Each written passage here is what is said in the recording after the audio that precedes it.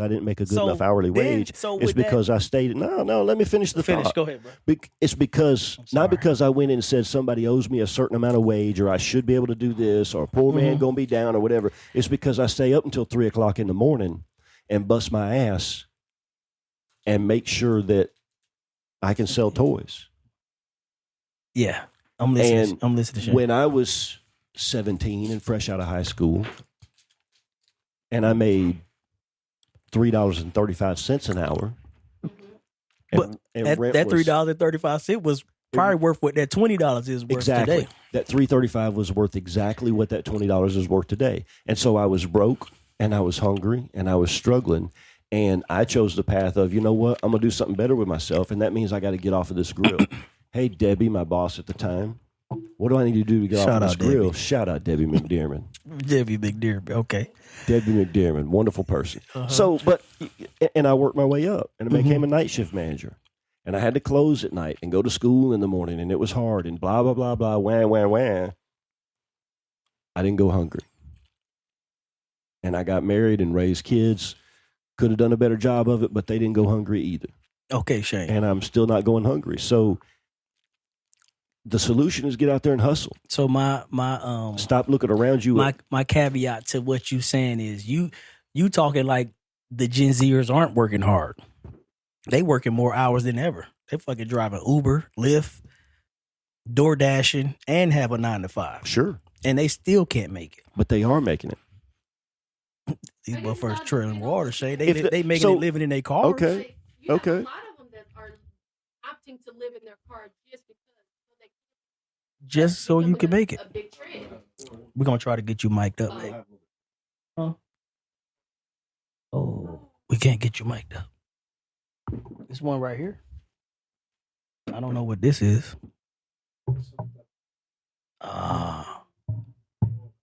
You might have to come over here and just get close to me, sit in my lap. Get a little closer. You want to sit in my lap? Don't be shy. Do you get a little closer? Can we get headphones for it? Very solid, extra dry.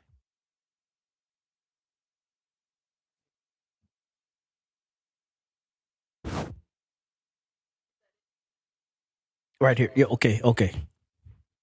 I knocked my microphone. You lost your mic condom. Oh, listen. I cannot get situated here.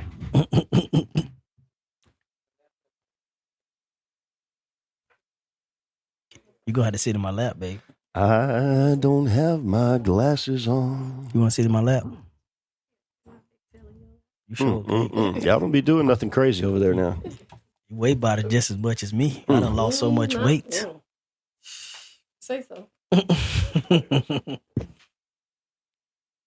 right. Can you hear us? Test. Check. You can hear us through the mic? Do you have audio in your headphones? Yeah. Sit right there. Go ahead, babe. Talk. Is it good from right here? Or do I need to get closer? Right here? Okay. I just got to scoot up when I want to say something. All right. You sound like a PYT on a mic. Like a pretty young thing. I don't know about the young got part. That young voice. You got the pretty and the thing, but not the young. Haters.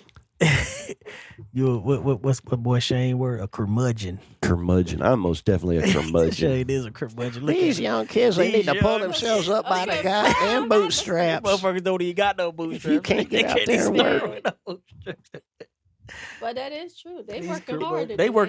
I think are. they are working hard. I agree, they're working hard. But here's the thing: you never heard me say that this younger generation isn't going to save the world, because they are. But they're not going to do it working 40 hours a week. These motherfuckers working more than 40 hours a week. The world, but no, I believe they're going to save the world. I'm 100% convinced they're going to save the world. Maybe say not change. this generation. Maybe the next one. Maybe Maddie and Ezra and Enzo generation. Oh, yeah, for sure. I'm when I say that, Leilani Q. Leilani's going to be right there on the edge. I think that one is kind of. She going to be the trailblazer. That she ain't gonna make the finish line, but she'll get the path going. As we see things like this government shutdown that's threatening SNAP, I still don't think that it's going to. Supplemental Nutrition Assistance Program.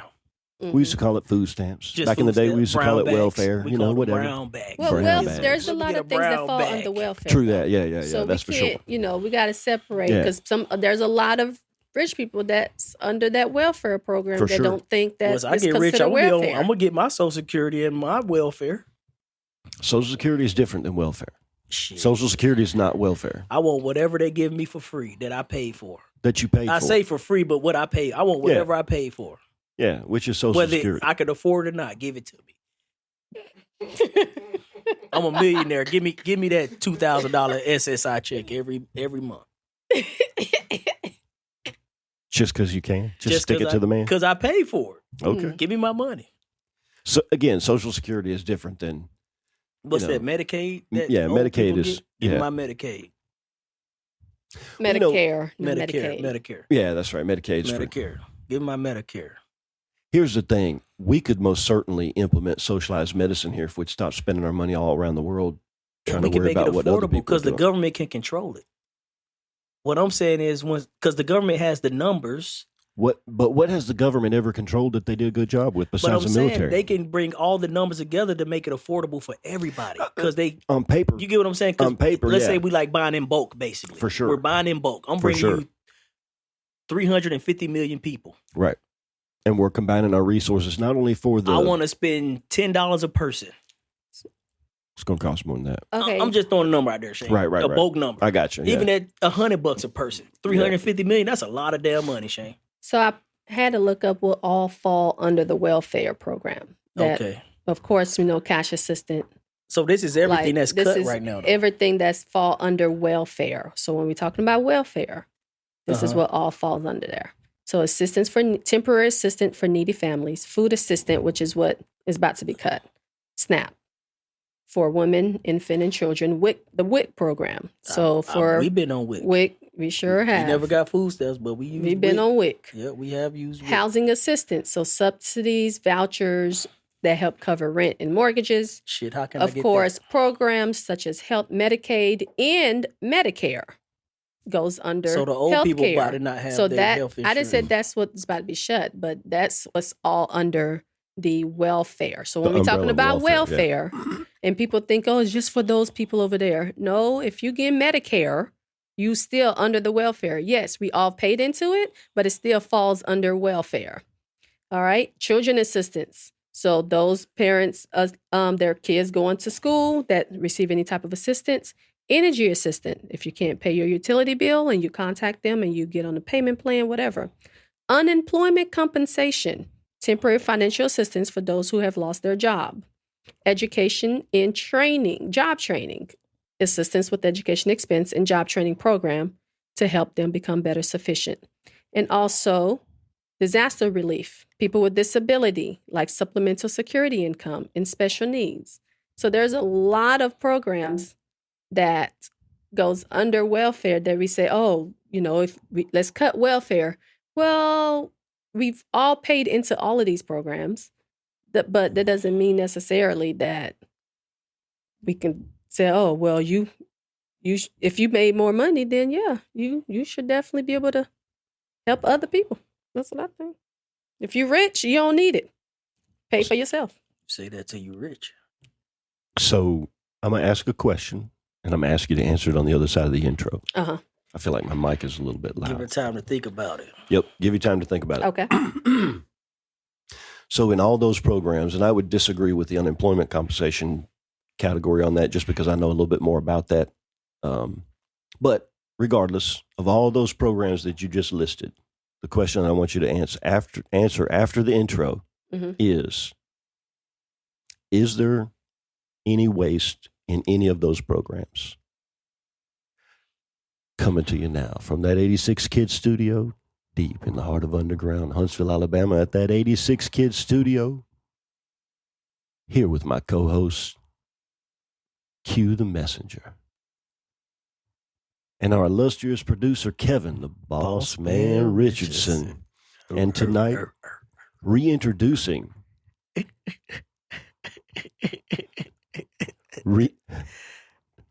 check. Reintroducing, back by popular demand, the lovely, talented, outspoken and opinionated.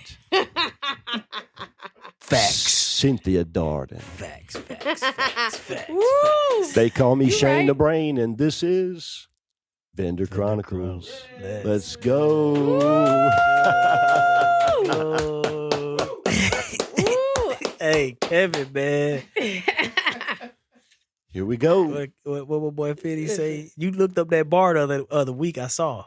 I did look it up, and that's when I found that 50s noir version. The Did you AI, listen to it? The AI, yeah. Dude, that is Yeah, that mini man go hard, man. that was really good. Like Diamond in the rough. if that was a ain't real been performer found. singing that exact same version of that I'm the song, underground that king would be that number ain't one. been crowned.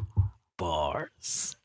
Yeah, he let me listen to the AI. I was like, that's crazy. I loved it. That is crazy. Jessica went down a rabbit hole and started finding. There's a Eminem version. They got a lot of that shit of out the there. Slim Shady, the same kind of thing. There's a bunch of that out there, all AI generated. And that's a new genre of music. It is a new It's genre. So does a that new take genre away of from the music. artist? That's a whole nother question. I'd love to discuss it as soon as I can distract the conversation away from this welfare issue. Okay. But I did ask you to answer You a did. question. And so the question was, Mm-hmm.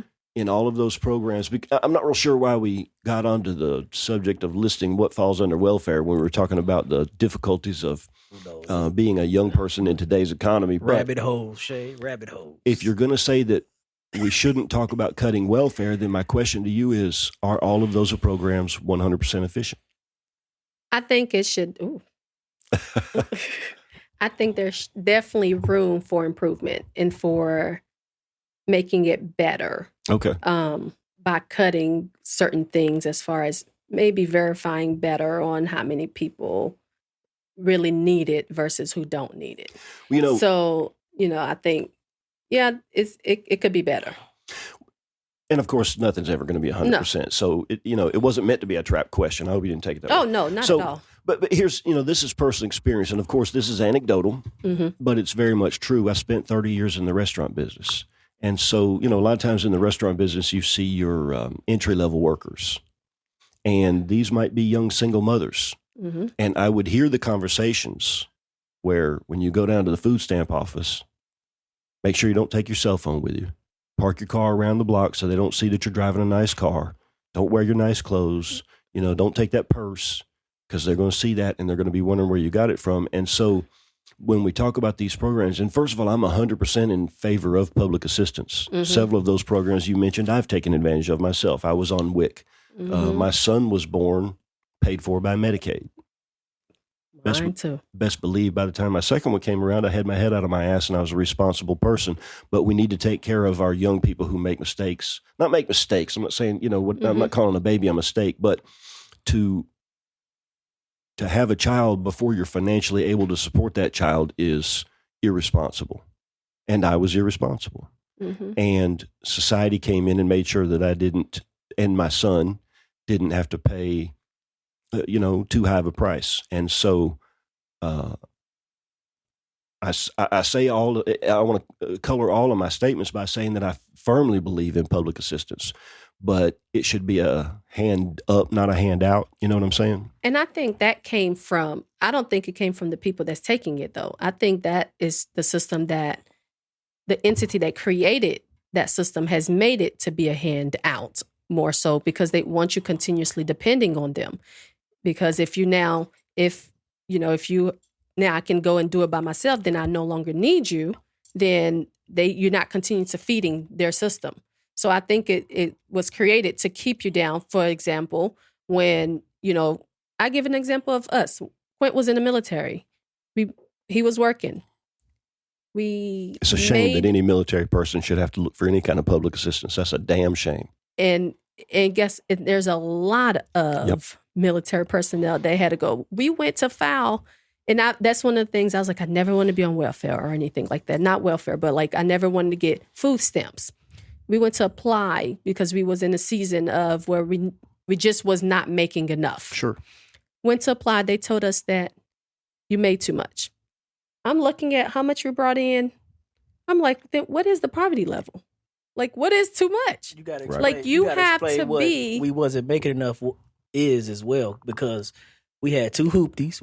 She was driving like an old Honda or Toyota. I was driving an old Nissan pickup truck. My We was driving. Corolla. We didn't have no fancy cars. They paid for cash cars, living in a shit box apartment, and we could still barely get by. And I'm in the military with a kid. I've heard that story from plenty of other military people, and that's a damn shame. And it wasn't that I needed it to be on there forever. Right. We just need temporarily for that season. But they was like, so the solution to that was like, well, first, one way, and I've seen others do it. Oh, I'm no longer married. So now, okay, if you say you're single and the father is no longer in the house, then you can get assistant. So now you're telling me that the 2-parent household shouldn't be a 2-parent household to raise a family. For me to be able to get assistant when I need it for temporary. I think they made it to where you have to continue to depend on it, to where you can't separate yourself. And I think that's what's happening even now. So if we're going to correct it, let's go back and correct the way of how we provide that assistance to people, and then allow them to go get their hand to go up or whatever. You know, I think you make a really valid point on that one. I don't know what the solution is necessarily, but so let's take public housing, the projects. You can't have a man living there with you. No. So, okay, maybe you're not married. I'm not judging somebody's family situation. It's plenty of men who have stepped up and taken care of a baby that wasn't even theirs and raised a household and beta. And that benefits everybody. And to your point, Cinthia, as a society, we've said, okay, you can only get on public assistance if you're a single mother, which drives the man out of the house. And I think statistically, I'm not prepared to cite the statistics, but I mean, we might all agree that the absence of a father in the home is detrimental to everybody in that home. It's a 2-person job. And to say that a father cannot be in the home, I'll give you another anecdotal example that I experienced also in the restaurant business. There was a young woman working for me who was a very hard worker, had a few kids. Y'all going to have to quit. Anyways, had a few kids, and she was on public assistance of several different kinds. I don't know just exactly what type of assistance she needed. And we put her into the management program. She was a hard worker, very good, started making a little bit more money. Well, she did a good job in that role, and it was time to promote her into a salary position, making even more money with good benefits and some, availability for health care for her whole family, all these type of things, right? She didn't want to take the position because the amount of money that was going to put her would take away enough of her benefits that it was a net loss for her. Yep, I heard that story a lot of time too. Okay, we have to wean people off of public benefits. The whole point of a hand up rather than a hand out is that at some point in time you would become self-sufficient. But if you make it a net zero for somebody, okay, you're getting $500 a month in public assistance. And if you get a $250 a month raise, then you lose that $500. Well, now you're down $250. Yep. You were just barely making it with your kids, and now we've punished that growth. Yeah. And so, but at some point in time, we've got to cut it off. So when do we do that? I don't know what the solution is, but I know that when we make it where fathers can't be in the homes, and then we make it detrimental for a mother to pull her stuff up by her bootstraps, then that goes back to my point of where they don't want us it's a tough to situation. Get off the program. I don't think they want us to. What do we do to change that? Those are two things that we could do. One of them is make it where it's not a net zero when you work harder and make more money. Okay. Or maybe even make it a net zero, but the pride that you're going to get from, less and less of your money coming from public assistance, and finally you're able to stand on your own 2 feet is going to be worthwhile in and of itself. So that's one way. And rewarding, I think too, maybe a solution to that is rewarding those that come off in the sense of, you reward good behavior. We said we don't, participation trophy kind of thing. But when I say rewarding, more so of, okay, we've helped you to get to this point now that you've made it this far. So a reward would be, okay, maybe you, instead of getting $500 a month because you've made it, you'll do $100 a month. So you can continue on. I don't know. I'm just saying, kind of. I think I got an idea too. Okay, what you got, Q? I say the, what they call it, universal pay. Like, universal basic income. Basic income. Okay, everybody. AOC. We're going to give you enough to where you're I thought the point was to get people to be self-sufficient. Yeah, universal income don't get that make you continue. I'm just throwing out an answer. This is my answer. Universal income. This is what everyone gets every month. And with this amount of money, you can afford the basics. The basics. I don't want to debate that because that's too much of a rabbit hole. But I'll just lay it there that I disagree. You can afford housing. With that too. You can afford housing. Let me throw out another idea. And hey, let me throw out another idea. You've been on public assistance, however we define that. Yeah. Going on WIC doesn't make you on. We call that welfare, but. Come on, all I got was a damn sack of beans and some milk. I wouldn't get a whole bunch. You get a little cheese, you get a little bit of milk. You got your milk. Yeah. You got some cereal. Okay, so it's interesting because Jessica and I were talking about this, and to go a little bit towards your side, Q. Food stamps though. To go a little bit towards your side, what would be wrong? What would be wrong with? I don't care how much money you got. If you're in the projects or if you're rich, if you have children under the age of 10, you get $100 a month towards growth, whatever the number would be, whatever, not enough necessarily to, like WIC, it's not enough to feed your kids. It's enough to give you a little bit of and you got specific items to get. Yeah, you can't it ain't get like I can go in there and grab yeah. crab legs yeah. with my food stamps. Yeah, but you can get hamburger meat. No. You can get some chicken. Get hamburger meat on WIC? No. But I think we got maybe milk, we should. cheese, Yeah, and yeah. juice. We got milk, cheese, but I'm and just juice saying, whatever the program is, if it's beneficial to society as a whole to raise healthy children, then if we're going to give a stipend, let's just say that every family for their kids. With kids. Once your kids get 10 years old, you need to have it figured out with them or whatever it is. Well, I think it's a little bit different, but I suppose it's in the same arena for sure. It's in the same sport. But then that leads to say we all have the same goal, that we want healthier children. Like, again, who's going to disagree with that? To me, on paper, it looks good, but I would say Big Pharma would disagree with that. Well, that's another conversation. But you know what I'm saying? I'm just throwing that out there. Sure. I would tend to agree. But let me go back to what you said, Cinthia, because it sparked an idea with me. Okay, you've got somebody that's been on welfare in the system, government, however you want to, whatever you want to, however we qualify that, and they've worked hard, they've gotten a promotion, they've taken some classes, got it, whatever it is, they have pulled themselves out of that to the point where they no longer have to be on public assistance. Mm-hmm. What if we offered that person a guaranteed low interest home loan? Okay. Because not only are we rewarding them for, doing an extraordinary job. Listen, it's a lot tougher to pull yourself up by the bootstraps than to have started out with your bootstraps already pulled up. Mm-hmm.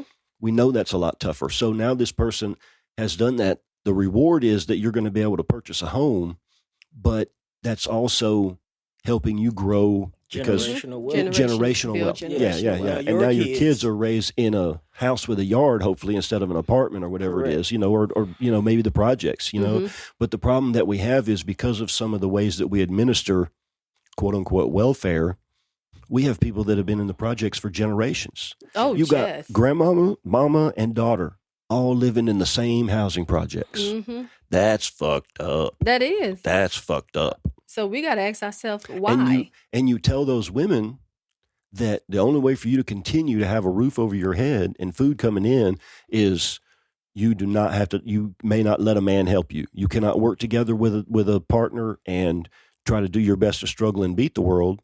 Well, that's how you get generationally in the projects. That's how you get there. Because it takes two. And that's how they stay there. That's how they stay there. And you see that a lot. You can go anywhere. You'll see that a lot. Sure. And it's a shame. And, I think that's where, again, as a society, we need to step up on and do more in that. And I think the educational part is, you hear the saying, you can take someone out of the ghetto, but can't take the ghetto out of them. Or you can, poverty, that poverty mindset. Because they've been so many generation after generation after generation, it's hard for even them to see themselves doing something different because that's the way my mama did it. That's the way my grandma did it. That's the way we've been living in this projects for all of these years. And they can't even see how to get out of it. And by the way, lest this seems like we're delineating by race, keep in mind there's plenty of, you go into Appalachia, into Kentucky, And there's plenty of places, it ain't the projects, but it's no different. And everybody there is on public assistance just as much. They're just living in, 50-year-old trailers or, houses with holes in the floor or whatever. You know what I'm saying? Mm-hmm. We're not talking about a racial No. thing here. We say the projects, and I think maybe that evokes a certain mentality. But we're talking about people of all, people are people. The ghetto is the ghetto. The ghetto is the ghetto. Exactly. It don't matter who's living there. The ghetto is the ghetto. It don't discriminate. But I don't think that the answer to the solution is continue to throw more money at it. No. I think the solution is manage what we're doing. I think education could be a big part of it too. It can be. Providing ways like Habitat for Humanity, for example, in real estate. They have a program that you can go through their program to be able to build a home, afford a home. Mm-hmm. You go through the course, they teach you how to manage your money management, all of those things on how to be a homeowner, all of those things till you get to the point where you graduate from the program and have a home. And you have a home. So why we can't do something like that for all these other areas of our lives? Well, I think in society. I think you bring up another good point in that we talk about education, but we don't teach kids about how to manage daily finances. We don't teach kids in school how to make a budget. It's been a long time since I've been in school. It should be taught in home, but so should 1 + 1 = 2. That is true. And A, B, C, D, E, F, G. And we all teach our kids those things. But to have a program where kids are taught by experts, maybe bring in whatever it may be. In high school, this should certainly be happening. Shay, I don't care how much financial education you give someone. If the average home cost is $450,000, it doesn't matter.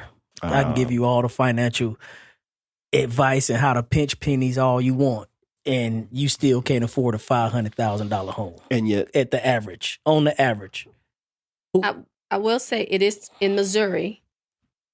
Personal finance is required before you graduate. And I taught that class. Every junior and senior had to take personal finance. Personal finance is not going to afford you a $500,000 home. But it would give you some education on how not to be in debt, how to save your money, how to get yourself to the point where you can eventually afford a $500,000 home by not doing payday loans and those kind of things. Making $25 an hour is not going to afford you a $500,000 home. So if you want a $500,000 home, it's up to you to make more than $25,000 I'm talking average. So what's the average pay then? If that's the case, the average pay should equal what should be able to afford you the average home price. So when you say should, that means that some entity should guarantee that. It just makes sense. The average pay should be able to afford you the average home. I'm not saying the extravagant home. Why? We talking averages, Shane. Average what? Your average pay should be able to afford. So you saying I'm talking from a societal point of view, from a humanitarian, however you say that word, point of view. My average pay should be able to afford me the average home. Why? Why should it? Because that only makes sense. In my opinion, I'm talking from my perspective. Of course, the average pay should only be able to afford me the average home.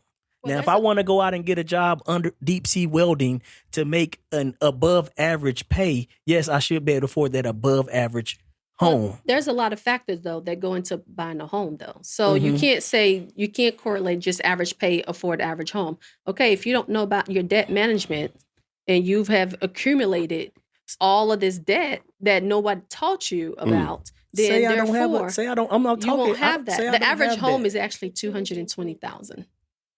Okay, so what's the average pay then? So can the average pay afford me $220,000? If you're making $23 an hour and you have no debt and your credit is good, yes, you should be able to afford a $200,000 home. That only makes sense to me. Now, how many people in the U.S. don't have debt? And why they have in so much debt? Because of lack of education and lack of money management that we should be able to teach. And lack of discipline. Definitely lack of discipline. And lack of discipline. Because we got too many people with the idea that, I should be able to have, this, I deserve this, whatever it is. And then when the bill comes due, they don't know any way to pay it. And then it's woe is me, poor man, can't make it in the world. That's me. They may have a way to pay, but they Fuck that choose bill. to pay other things than the bill that they have. And then they complain with, oh, the man is keeping me down. Well, no, you keeping yourself down. You should have paid your bills. Fuck Capital One.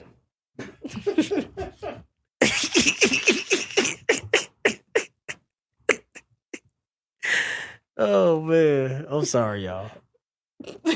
What's up, man? We here. We Yeah, talking man. about Everything. everything and nothing. You surprised us with your At lovely the wife same this evening. time. He I did got my pop- lovely he told wife. me We to were not- show up. We were not expecting that. I said, that's Cynthia standing over there. What are we doing? Yeah, we got Cinthia Darden in the Okay. house.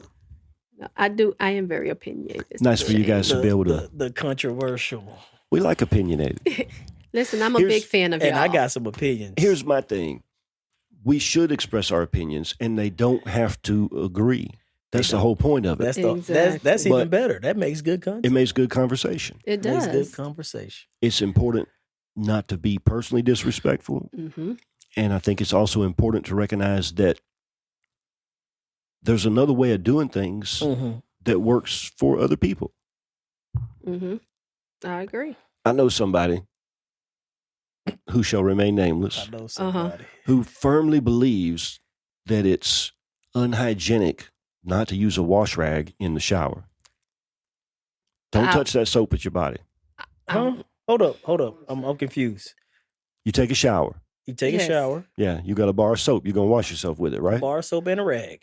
And a rag. Yeah, I'm Why you need a rag? fit to wash my ass. Okay. And And then you what you gotta going to scrub off the dirt off of you. And then what That- you going just to do? put- That soap? rag exfoliate a little bit better, but you Okay. can not have the rag. I mean, Does the you rag don't make need it- the rag, But does it the feels rag good make to it have. hygienic? Hmm. In other words, you rub the rag on your ass and then you rub the soap on the What if rag. been cleaning toilet bowls? You rub the rag on your ass and then you rub the soap on the rag. Your ass is now on the soap. It went from the rag to the soap to your ass, right? Or whatever other part you're managing. Maybe you say you wash your ass I last. personally use a rag. Yeah, Sure. But That works for you. It has been occasions where I just use a bar of soap I don't use a rag. because I forgot to grab a damn rag. Because I don't say use a I wash rag. my I just use a bar of I soap. think that is more of I think that's just a culture thing. But my point is, and the rag just lathers better. The soap, I'm Sure. constantly like this with the soap. And like we don't Okay. use rags in Africa, but we have these sponges sure. that we use. So it's Sure. not a rag, but it's an exfoliation sponge But- that scrub the dirt off of you. But my point is, we're all taking a shower. yeah, We're all coming out clean. That's the most important. I part. guess. I do it a you different know. way. You do it, maybe, You wash I guess it- the Okay. only you way to wash your tell ass. is It's let's use different. a black light when we all Do come you- out. You put on and see, that okay, would be how interesting. clean? That would be Are you interesting. really clean? That's a good point. You know, Everybody wash their ass Hey. different. Do you have Let's a see. toenail brush in your shower? a toenail brush. You don't scrub your toenails when you take a shower? I Oh my use God. I wash my feet. You don't get a brush and get up underneath your nails and stuff? How If you I keep them worked- from I'm not getting out If there. I worked on the car, Yeah, I'm like I ain't But- out there digging in the dirt with my toes. Okay. So why I would don't know what I might be into, so I got a brush to scrub my fingernails and toenails with. But you see what I'm saying? We all got a different way of doing it, but we everybody all got come out different way to clean. wash their ass. Yeah, We all come out clean one way or another. that's all you that know? matters. Hey, And there's a bunch of different ways to do it. But the point is, take a fucking shower. Get in some definitely. water. Metaphorically, you know, Rinse off. clean yourself. And You when better. you're talking about, whether you're talking about personal finances, maybe do it the Dave Ramsey way. Wash your ass. Maybe you handle your finances like Dave Ramsey. Maybe you handle your finances. Handle your finances. Dave Maybe Ramsey don't you know handle no fucking finances. whatever it He's may be. rich. However you handle it your way. And as long as you're handling it, As long as you handle it. you know. My neighbor cuts his grass with a riding mower. I got a battery powered push mower. We both cutting our grass one way or another. I appreciate you getting the grass. You know. Mhm. And I think there's a lot of different ways of doing it.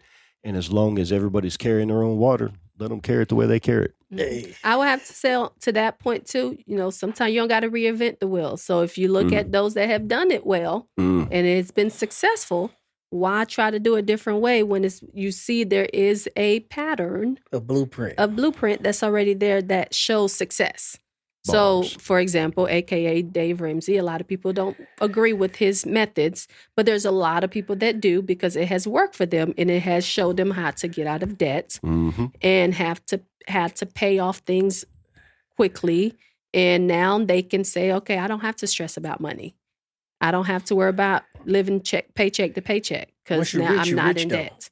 But I'm not even saying being rich. It's just now they know how to manage their money to where they don't Money have solves all problems. they don't have to worry about. Money solves no problems. Money solves all problems. No It problems. ain't no problem I can't solve without money. I disagree. I don't know about that either. Outside of my health, Oh no. it ain't nothing that my money can't solve. You know what? And I think If I've I said had this it. before, but my personal financial situation has been everywhere from living in my car Mm-hmm. to what I consider having good money. You know, it wouldn't be, I was never a millionaire, but you know, my wife and I both making Not yet. above average incomes and no kids back in the days. You know what I'm saying? And you know, you Ain't got never money been to there, though. fly to Miami whenever you want to or whatever it was. And I've been in the middle. I've been all those different places, and the money or lack thereof has never made any difference in whether I was happy. Never made Facts. not one bit of difference. I was Now you equating it to happy. I'm talking problems, not happiness. Not the way I feel, not emotion. I had no more problems then than I got now. What's that old isn't that an R&B line? More Broke money, you. more problems. More money, broke. more problems. But broke's not a problem. The lights get cut off. You. I didn't have But- lights. I was living in my El Camino. I didn't even have a back seat. Look, I had a bicycle in the back in case that bitch broke down. I'd be able to at least get where I was going. That's facts. That's facts. And I like them lights being on. I'm more comfortable now. Yeah, them lights. and But the as far I like them lights and that heat on. I do, lights yes, and that sir. heat on. And I worked real hard to Especially make right sure I now. was never going to be in that situation again. But as far as my own personal, you know, Yeah, money I can't had buy a happiness. I had a goal to work for. Mhm. And in some ways, when you're broke, all right, I'll tell a personal story. My lovely Uh-oh. wife is not here, but I'll tell it. Uh-oh. When my wife and I got Story time. Love you, Jessica. lovely Jessica, love you, Story- all that. story Anyways, time. but when we first got together, we set some very strict financial rules and we set some very strict goals. And one of them was we wanted to buy a house. Neither one of us had been homeowners before. Mhm. And we worked hard and we saved our money and we bought a house and we bought cars, paid cash for them. You know, we had, bought me a motorcycle, ended up with, we had plenty of money going around. And we found that we didn't have a goal anymore. Mm. Our goal was to achieve this middle class suburban, neither one of us had ever had that. I grew up poor and my wife grew up even poorer than I was. And we suddenly realized you want to go have a steak tonight? Sure. Yeah. Oh, we're both off for the weekend. Yeah. We'll fly to Miami, whatever. I remember that time I was either going to buy another motorcycle or we take a trip to Miami, and we went to Miami. Nice. Should have bought the motorcycle. It was a pretty fucking good trip to Miami, bro. I'm just saying. Okay. I'd have made memories on that bike, but let me just tell you, I got a couple of reels from that weekend in my head. Okay. But the point being, once we didn't have anything to work towards, once we didn't set ourselves any higher goals, Mhm. what now?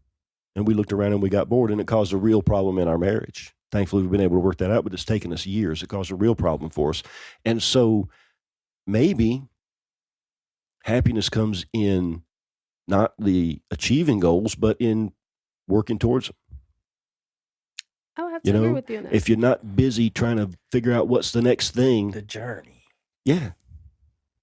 not the destination. Once you get there, you save up all your life and you buy the car of your dreams. Once you've had it for a couple of years, you park it in Walmart parking lot. You know what I'm saying? It'll be all right. Yeah. Next thing you know, you're parking it by the cart corral. It'll be all right. Mhm. And I think that, poor versus rich, I've wondered sometimes about, highly wealthy people, and you see them still working. We had a conversation about Pat Riley. He's 80 years old and still, out there doing all he's doing. But the money's insignificant to him. The happiness comes from trying to achieve the next goal, trying to get to the next thing, And I think that we're too worried about finding that destination. I Once you agree. find it, then what? I agree with you on that. I think I think it's important to have the goal and have something to reach towards, but the steps along the way is really what makes it Mm-hmm. more exciting. Exactly. And it's beautiful that you guys had it together and knew, okay, this is what we wanted to accomplish together, and then getting there. I think that's beautiful. But then But- check. But then set some new goals. And then set some That's the that's next the achievement. yeah. Set it to the next. Once you've achieved that, then figure out what the next thing is. You know? And even in that too, it's important to be around people that have achieved those goals. Interesting. I think that's also another step to that is if my goal is to be a homeowner, I'm sorry, but I'm not just going to hang around just those that don't have that type of mindset. Sure. That just want to live in an apartment all their lives. Like, no, I'm gonna be around homeowners. You got to climb out of the bucket. You If you're hanging around, if you in a bucket with a bunch of crabs, every time you try and do better, they'll pull you down. What you think you too good for us? Well, you right down. think you something special? What, you better than me? Maybe. Once I get rich, I ain't hanging around nobody poor. I don't care what you say. Uh-oh. I'm cutting all my poor friends off. Be gone with you. Hey, you better get all you can right now. Oh my God. What was that Steve Harvey said? The best way to help poor people is not be one of them. Not be one of them. Not be one of them. That's some rich shit to say. That is some rich shit. Yeah. That's some rich. Well, man, I can't wait. Oh my God. I'm gonna be a snob. So this conversation seems to presuppose I'm gonna be a snob, Shay. that happiness is related to wealth. And I already said I didn't think it was. I don't think so. Oh, But no. goals are not. I'm happy right now, and I'm broke as hell. Yeah, we talk about goals, and they're not. They don't have to be. Well, you won't be any happier when you're rich. You'll just eat better. I'll just be a lot richer. You'll just eat better. Yeah. When I walk out of here getting my Porsche 911, I'll be a lot happier. But I do think sometimes the goals you set have to be. You have to shift your focus, and I think with Jessica and I, anyways, those goals were all focused on financial achievements. Yeah. We want to have the money to be able to do this. We want to be able to afford that, have this safety, this security. And once we really were forced to take a look at ourselves and what we thought was most important, we started realizing that these things were not most important. It didn't make us happy, And so we both made a decision to quit our jobs. You guys have been in a similar situation, The point being that the goal that we changed the goal. Yeah. The goal wasn't money. We already knew how to make money. I could stop making toys right now and plug myself back into the corporate world and make a ton more money than what I'm making now. I would still be quite marketable. I guess I'm coming at the age where I won't be, but right now I would be. But my goal is not to make as much money as I possibly can. Mm-hmm. My goal is not to be free of financial struggle. But come morning time, I'll go wake up Madeline and we'll go sit on the couch and have a little breakfast together and we'll cuddle for a little while. And when I take a break from my work in the shop making toys, the same thing, I'll be there every night to tuck her in, almost every night, not tonight. The point being that our goal became to become better versions of ourselves, for lack of a better word. Yeah. And I think sometimes if you work on that, then the rest of it will come. I agree with you on that. I definitely agree with you on that. But it's the work on the realization of that. And I think that's where a lot of people miss it, is because we live in a hustle culture. Like right now, it's a hustle culture. Your mind, everything you see, everything. You can't afford not to hustle. Like you have to keep hustling. And so people continuously, I got to make more money. I got to make more money. Inflation, you hear all of these things.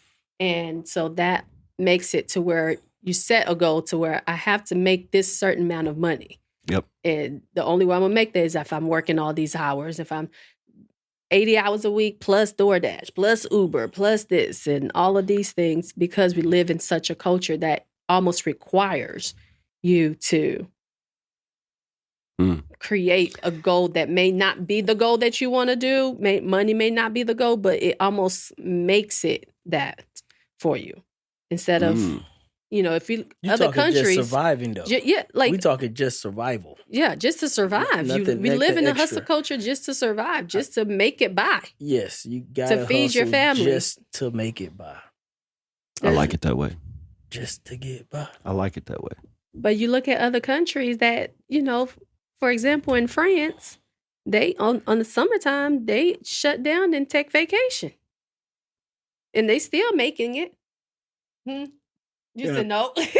I'd like to know. I'd like to know a little bit. I'd like to know a little bit more about that. So we went to France. But they do year? take. I think what month was it? Everybody get at least a month off in a lot of these other countries. That's the average. What month did we go to France? Was it like? I can't remember. I know it was over the summer because we was out of school. Summertime. So I think it was like June or something like that. And all the local shop was closed. And they told us during those high period, the locals leave because it's such touristy. They take siestas or fiestas, whatever they call them, where they take a break from break work outside of their normal break. They get like an hour extra a day break where they get to go home and take a nap. The shops was closed.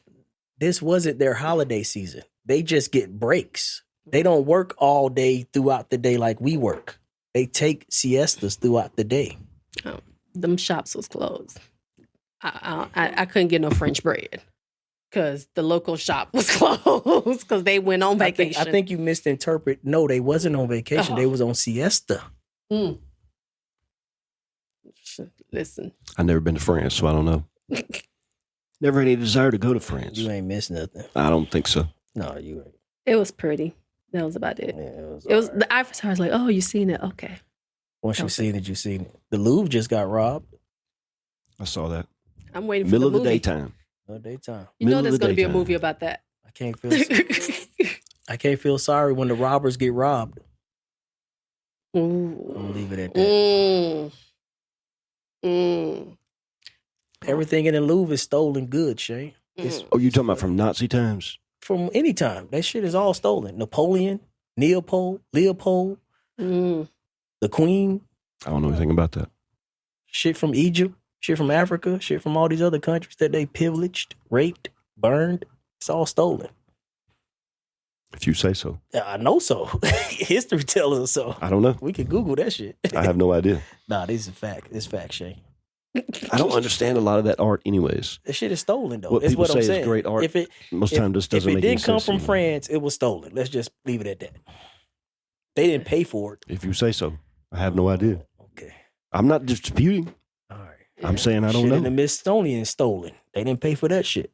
In the who? The Smithsonian. Talking about what's in D.C.? Yeah. Oh. Shit stolen. From other countries. Them barbaric countries. Well, I know they try to change it right now, though. Whatever. They change it. I don't feel sorry when the robber gets robbed. That's all I'm saying. But, honey, you're here. You on the podcast. You got me and Shane in the hot seat. What would you like to ask us? Oh. Good point.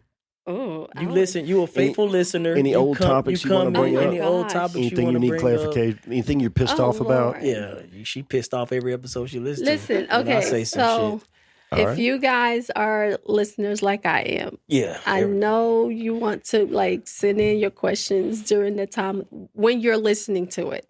Every time I listen to it, I always have comments to say. I always got something to say, and I tell Quint when he get like, I heard this one, and oh my gosh, yeah, it made me angry today. So just it's good content. I appreciate it, but the episode, everything's make believe. I don't believe that. That's a bunch of bull. It's fictional. Honey. It is not fictional. There's a lot of different little topics. I can't think of nothing off the top of my head. That particular episode seems to have drawn more controversy than a lot of our. It is not. Shane the Brain and Q the Messenger are fictional characters. Y'all not fictional characters, though. Says who? You talking right now. That's just like saying a person. That's just like saying a person in a movie is not a fictional character. When he's on stage acting. Shane the Brain is not a fictional character. Shane the Brain is most definitely a fictional character. Shane the Brain is most definitely Shane Knox is a real person. Yes. Okay. The name. Who is playing the fictional character Shane the Brain. The stories that Shane the Brain gives are not fictional stories. How do you know? They're you weren't real there. stories. How do you know? I know all my stories are fictional. You know what so you're right. I had the same argument with Jessica. She's as hot about it as you are. This is going to be a fun episode when she hears this because she's hot about that same thing too. So here's what I'll say to you. I told her the same thing. Yes, these stories are, for the most part, I don't know if I've told a story completely fabricated. However, I'm the one telling the story, which means I get to tell it how I want to tell it. Exactly. So this story does have basis in fact. And I'm not lying when I tell the story the way I want it told. But if I'm telling you the story about a beautiful woman that I dated named Jessica, see how I pulled that out? I see that.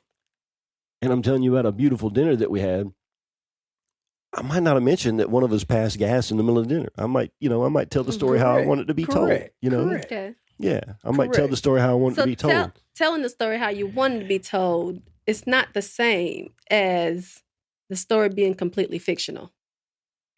Correct. But it's still not a 100% true story. It's the story the way I saw it. The way So you saw it, withholding the way you want to tell it. information. So you're saying withholding information don't make it a lie? It's not a lie because it's not told as a 100% truthful story.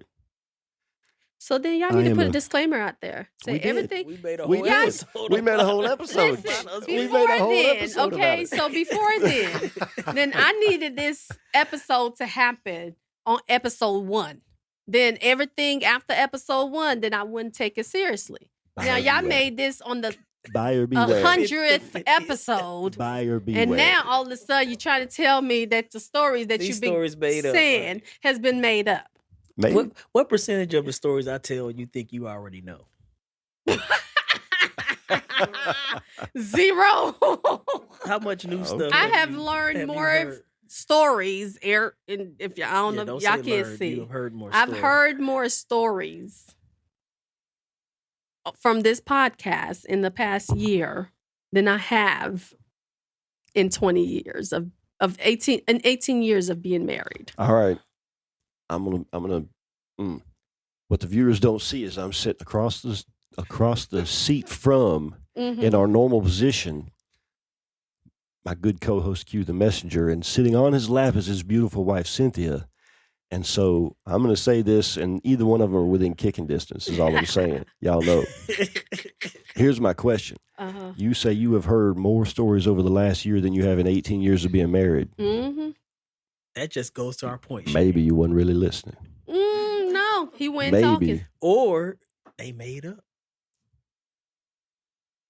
He went talking. If, Or maybe you're getting the greatest gift that you could possibly get, which is a window into not only the mind of men, Mm-hmm. yes, but your specific man in general. correct. You are probably seeing a side of Q, and me too, but you didn't know me like, Mm-hmm. but you're seeing a side of Q Mm-hmm. that you may or may not have seen before. That could What be. was that Billy Joel song, The Stranger? We all have a face that we hide away forever, Mm. and we take it out and show ourselves when everyone has gone. Mm. Why were you so surprised that you ever saw the stranger? Did you ever let your lover see the stranger in yourself? Mm. Cynthia What side of you, Cinthia Darden, has your husband of 18 years not seen yet? Cynthia would like the stranger. Bum, bum, He's bum. seen every part because I Mm. wear my heart on my sleeve, and But she- I speak my as you probably could tell. I will tell you how I feel. You do. I will speak how I feel and tell you and speak my mind and all And- of those things. So And a year ago, What you'd have you said that get about is- Q. Yep. a year ago, no, Okay. I would not, So take because the I've gift. always told him that Take the gift. he don't speak enough. He don't like. Every woman I can't says that read about- him. Every woman says that about a man. Yep. But my husband is Don't hard to talk read. enough. Of Q course. is hard to read. His So- motion, he's like he's monotone. So you've There's been no given the high gift and of low. seeing behind So- the curtain. Exactly. She I has You have. get to see behind the curtain. I have. And it's not all necessarily, Now I don't even know if I need to believe it since everything's made up. well, So, so did I really get a I gift got- of hey, seeing I behind got- the curtain? I got a good writer. I don't know. Am I Good really ghostwriter. seeing I got a good ghostwriter. behind the curtains? We come It up may with be these fake. stories. We come up with these stories every or maybe week. it's all made up. I cannot. I can't. It's fiction, It's babe. not. Like Okay. See, but here's the dichotomy. hmm You do know some of these stories. Some of them you've been a part of. So you know that some of it is Yes. based in fact. Yes. You were on the river that day. Yes. Now we may have told it 2 different ways, but yes, There you go. I was on that. Because I we was have heard there. that particular story from Mhm. two Both different sides. perspectives. From You two different did. perspectives. And were my you- perspective was probably more accurate. It was more accurate from your perspective. Mine was inaccurate. I would say it was inaccurate. But from Q's perspective, his was spot on also. Do you read the Bible? I do. I'm not fixing to do the Pulp Fiction quote. I know y'all thought I was. Mhm. There's this passage I got memorized. No. So, Matthew, Mark, Luke, and John. hmm They all got different takes. telling Takes the on same what? story Same different story, ways, different right? ways, yeah. So that's true. Same thing. I agree. When But there's a lot more stories that he have When you said that hear- I've never heard. when you hear stories on this podcast, you're hearing it from the viewpoint of Q the messenger, Mm-hmm. Not from Q Darden. not from Quintelis Darden. Oh. Oh my gosh. I used his government Who's name. playing Mm. Q the Who is messenger? playing Q the messenger? You see, Who was that? The world's a stage. all the world is a stage, All and the we are world is- merely players, That's Mhm. it. And I'm just a player. Q the messenger, just a player. performers and portrayers, each another's audience outside the gilded stage. Mm. That's Neil Peart that wrote those lyrics, by the way, Bars. Mr. Producer. Mm. We were just talking about The that. world is just a stage. So I don't. All the world is just a I don't stage. know. That was Shakespeare, I Just a think, but stage. yeah. Yeah, the original. we're all quote. just playing. When you walk out in public, I'm you're playing a I'm role, playing. and everybody that you see is playing a role. And Mhm. I think Quintelis Darden is going to be worse than Q the messenger. Oh gosh. Then that's scary. Maybe. I don't know. That's a little scary. You know what, though? The older I get, the more I think I want real no matter what it looks like. If it's scary, okay, Mhm. bring it on. But I Mhm. want it to be real. I need to see behind the mask. I need to know how it is. And if it stinks, it stinks. So then, If it's ugly, it's ugly. if everything is made up, I'm gonna be so honest. within this podcast, since you want real, so what you're saying is what y'all talk about is real, I'm and saying it's not that made up. Shane Since Knox, since you want real. Shane Knox wants real. Oh, Shane the Brain don't want Shane the real? Brain. Shane the Brain is a character playing a role. Character. Oh man. Oh man. You got to separate. Mm. We are. There are 6 people in this room. Yep. Agreed. 1 + 2. I can't. Mm-hmm. So That's the way it is. We got 2 bipolar. Tell us people. a story. 2 Hub. bipolar people. Tell us. That's Tell us what one of your this is stories. sounding like to me right Tell now. us one Okay. of your stories. You Oh. tell us a story. What story? You I don't asked know. away. What story do you have? Tell us a story, man. I don't. Y'all ask me a question. I tell you. Like, ask me Okay, a now question. I am proud of my wife. Okay, since you don't want to tell us a story, I'll bring up a situation. Bring it that up and I'll hasn't been finish it up. discussed on the podcast. Oh, So dun, dun, it's dun. about what is it? DHI? Downtown Huntsville Inc. Downtown Huntsville Inc. Yeah. Now, you did make me proud the way you stood up to those people. And I think that's a story. That's Wait a a vendor. minute. It's a vendor story worth sharing. Okay. Okay. From a Okay. vendor's point of view, From a- and some of the okay. things that vendors may experience, and it's good to speak up for yourself, Okay. and it could be a lesson for someone Okay. in I this see. in this arena. Okay. So we just recently got accepted for the Christmas. So I want I want to shoot Whatever. myself in the foot. We just telling the truth. You're not. But no. you're not- Okay. So for Jazz in the Park, there's something event that we have done the past 2 years, 3 years that have had it, and this year when we applied for it, we every year. The first year we did every night. Second year, because they've grown, they had more vendors. They was like, okay, we'll give you 2, and then other vendors a chance to do 2. No problem. This year, we just got 1 date. out of and- 4. out of 4. It's 4. It's every Sunday in the month of September. So we got 1 date. So with the 1 date, when we got the date, I was like, okay, cool, whatever. Then a week or 2 later, I get when we got the date, we got the lineup of all the vendors. Mm. Well, they had us with another similar business to ours, very similar. Mm. So I emailed them and say, hey, since it's only 2, we don't need to compete against each other. Right. Especially when they're limiting Especially the when days. it's limited. And especially when it's the same exact type of thing.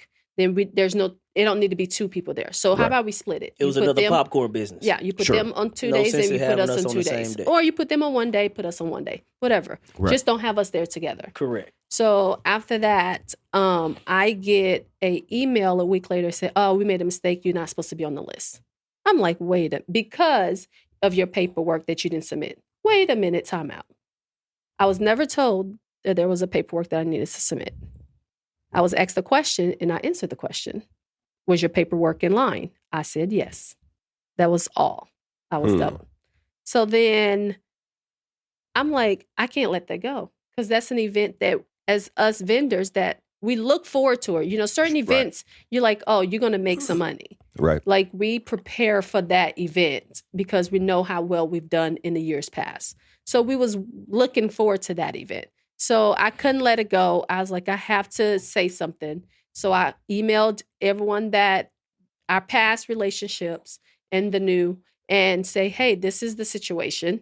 This is the screenshots of all the communication I've received. And I don't think it's fair, especially for small business owners like us who enjoy working in Huntsville and we're not getting opportunity. So after that, they end up giving us a different date.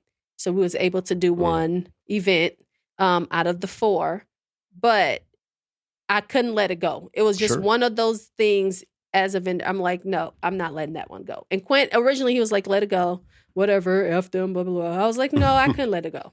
I just had to say something because I feel like if I didn't, then we would get snug out of every other events moving forward if we wanted to do it here in Huntsville.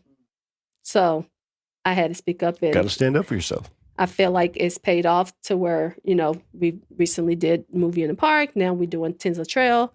So I feel like me speaking up and say, hey, we really, you know, we appreciate doing business here. Let's continue that. It's, you know, now I didn't take a social media, you know, lesson for other vendors because it's all small, but you don't always have to take things to social media and blast it out there because you don't want to look bad for yourself, you know, as a vendor. So you want to handle it and then keep it moving. So that's what I did. Handle it and keep it moving. I like that. That's a good mantra. That's it. So why do you think they initially took us off the list altogether?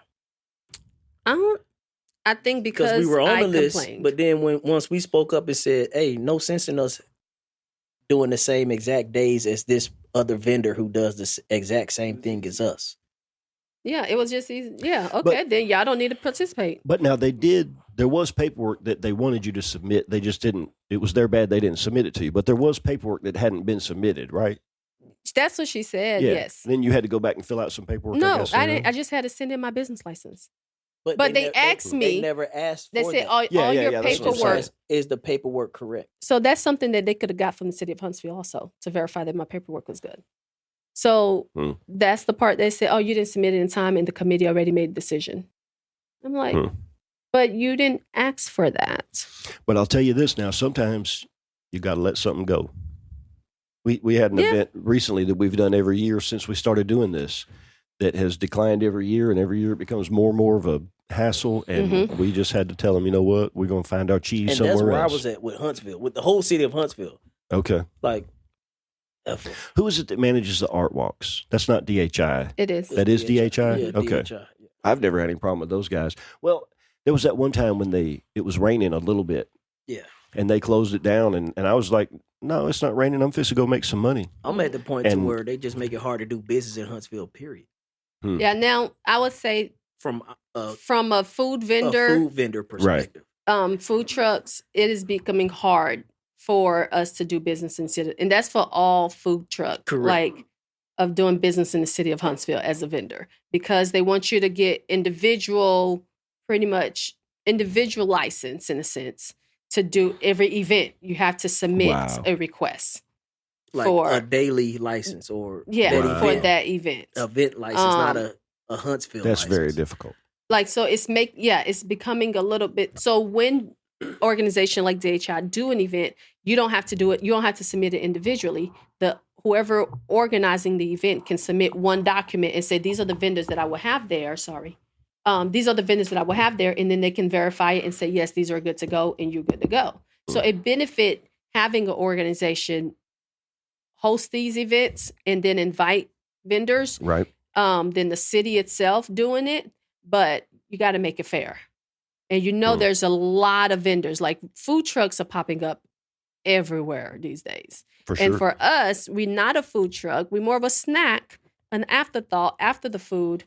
Being able to attend a lot of these events is is a big deal for us. Sure. Like That's where the money's at. that's where the money's at. So I'm grateful that we was able to do it, and it turned out really great. We had a lot of people asking like, where you guys were. You guys went there the first night. You got went there the last night. So it was like, yeah, we got one night. But, We're doing our best. and that made us feel even better too, knowing that people wanted us to be Right. there. And they was looking forward to having our popcorn because it is pretty good. If you haven't tried it, I'm going to need for It's you to delicious. come out and try it It's because fantastic. it's delicious. It's the best. Plug the popcorn. Hustle and pop. Hustle and pop. Come have you some. You better get it while the getting's Well, good. 'Cause along that line, once this and- podcast blow up, I ain't popping no more. No more popping. Along that line, though, something that Jessica and I have had to realize about our business is that the promoters and organizers of these shows, your best interests are not what they have at heart. Not at all. They are They don't interested care in if running you a do show. well or do good. They don't or do yeah, bad. Yeah, they don't. they're running a show, and if you don't show up, somebody else will. Is Yep. their attitude, and Yep.